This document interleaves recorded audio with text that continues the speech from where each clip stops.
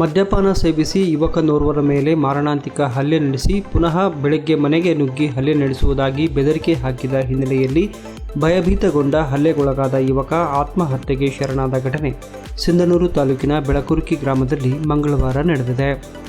ಸಿಂಧನೂರು ತಾಲೂಕಿನ ಬೆಳಕುರ್ಕಿ ಗ್ರಾಮದ ನಿವಾಸಿಯಾದ ಬಸವರಾಜು 25 ವರ್ಷ ಈತನೇ ಆತ್ಮಹತ್ಯೆ ಮಾಡಿಕೊಂಡ ದುರ್ದೈವಿಯಾಗಿದ್ದಾನೆ.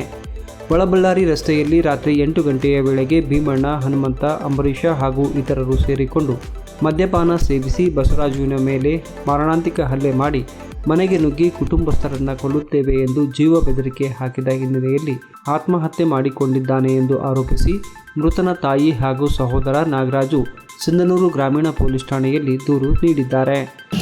ಎಲ್ಲರೂ ಕುಡ್ಕಂತ ಕುಂತು ಕೇಸಿ ಅವರು ಗಲಾಟೆ ಮಾಡ್ಕೊಂಡ್ರೆ ಒಬ್ರಿಗೆ ಮೂವರು ಇದ್ರಂತ ಇತ್ತಪ್ಪ. 4 ಜನ ಮುಗಿದ್ಯಾಡಿ ಇದು ಮಾಡ್ಯಾರ. ಮನೆಗೆ ಬಂದು ಅಮ್ಮ ಇದ್ರಂಗ ನಾನು ಎಲ್ಲಿ ಬೇಕಲ್ಲಿ ಕೊಂಡು ಬಿಟ್ಟಿದ್ದೀನಿ, ಎಲ್ಲಿ ಬೇಕಲ್ಲಿ ಅಂತ ಯಪ್ಪ ನಿಂದು ಬರೀ ಇದಾಗ್ತಲ್ಲ, ಎದಕ್ಕೆ ಜಗಳ ಆಗ್ತದೆ. ತಂದೆ ಮೂಕಯ್ಯ, ಅಂಬರೀಷ ತಂದೆ ಹನುಮಂತ, ಶರಣಪ್ಪ ಅಲಬಂದವರು ಇವರೆಲ್ಲ ಸೇರಿ ನಮ್ಮ ತಮ್ಮನಿಗೆ ಜೀವ ಬೆದರಿಕೆ ಹಾಕಿ ಅವನಿಗೆ ನೇಣು ಹಾಕೋ ಥರ ಮಾಡಿದ್ದಾರೆ. ಅವನಿಗೆ ಗಲ್ಲು ಶಿಕ್ಷೆ ಏನಾದರೂ ನಮಗೆ.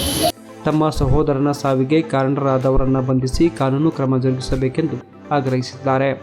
ಈ ಕುರಿತು ಪ್ರಕರಣ ದಾಖಲಿಸಿಕೊಂಡಿರುವ ಪೊಲೀಸರು ತನಿಖೆ ಕೈಗೊಂಡಿದ್ದಾರೆ.